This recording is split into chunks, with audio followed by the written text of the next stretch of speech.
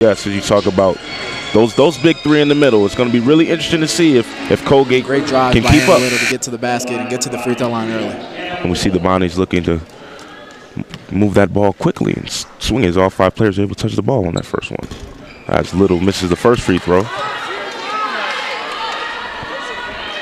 Bonnies have been shooting the free throws great. They went 10 for 12 last game, and so let's see if they can capitalize on that this game. Shooting just under 76% for the season thus far as number 4, Mariah Jones, brings it up for the Colgate Raiders. Shot is up, and it's good. By number 25, Josie Stockhill. Stockhill is averaging 9 points a game and 6 boards, and she also leads this team in blocks. Stockhill is going to be key. It's a great matchup between her and Healy. So we'll see what she does. That was a great jump shot. Tray bag is good by Nyla Reeder. The Bonnies take an early 4-2 lead. Another 3-ball hit by Reeder. A corner tray back. She starts off 2 of 2. And another turnover by the Bonnies. And you see that press right there.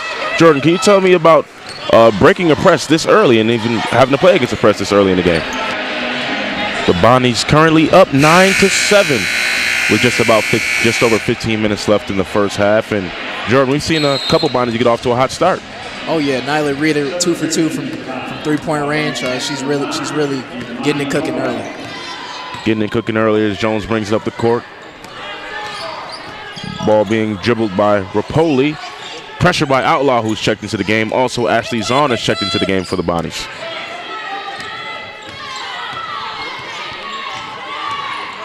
Butler handling the ball, and they're going to call a travel on number 3 Butler for the Colgate Raiders.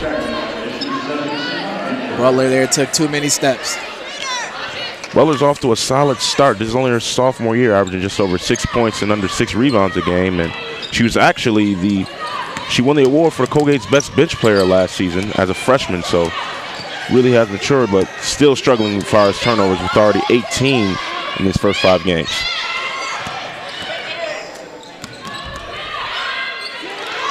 Three-ball shot by Michaels, who drills it from the corner, giving the Bonnies a 5-point lead. Raiders got a quick bucket. Butler attacking the rim. Great finishes. And Butler actually bringing up the court now for the Raiders, looking to trim it to a 1-possession game.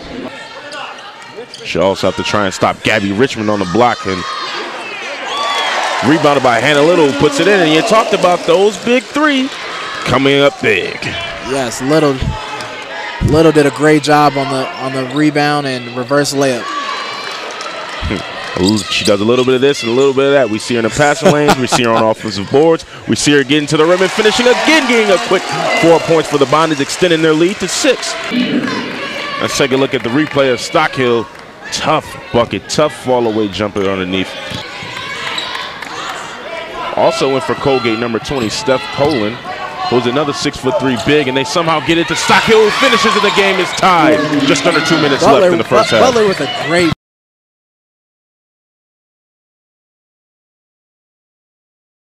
great tandem tonight. It's definitely been their show out there, and you start to wonder what would happen if the technical foul wasn't called on Butler right here before the half ended.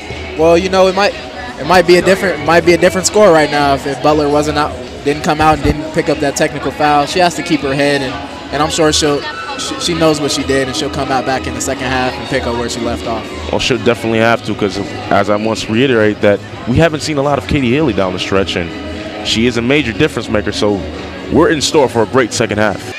Hopefully, as the Bonnies kick the second half off with Emily Michaels hitting Healy on the baseline, and Healy looking to go to work. Ball to Reeder. Reeder almost looked like she's going to take that 3. Back to Reeder, and Reeder does take that 3, and bang! Bonnies open up the second half with a 3, giving them a 3-point lead over the Raiders. The bucket is not good. Rebounded by Richmond, though.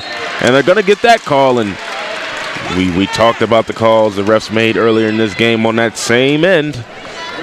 This time working in favor for a different Chi-Town baby. You look at the replay of Katie Haley attacking and finishing on the right side of the rim. Right points in the game.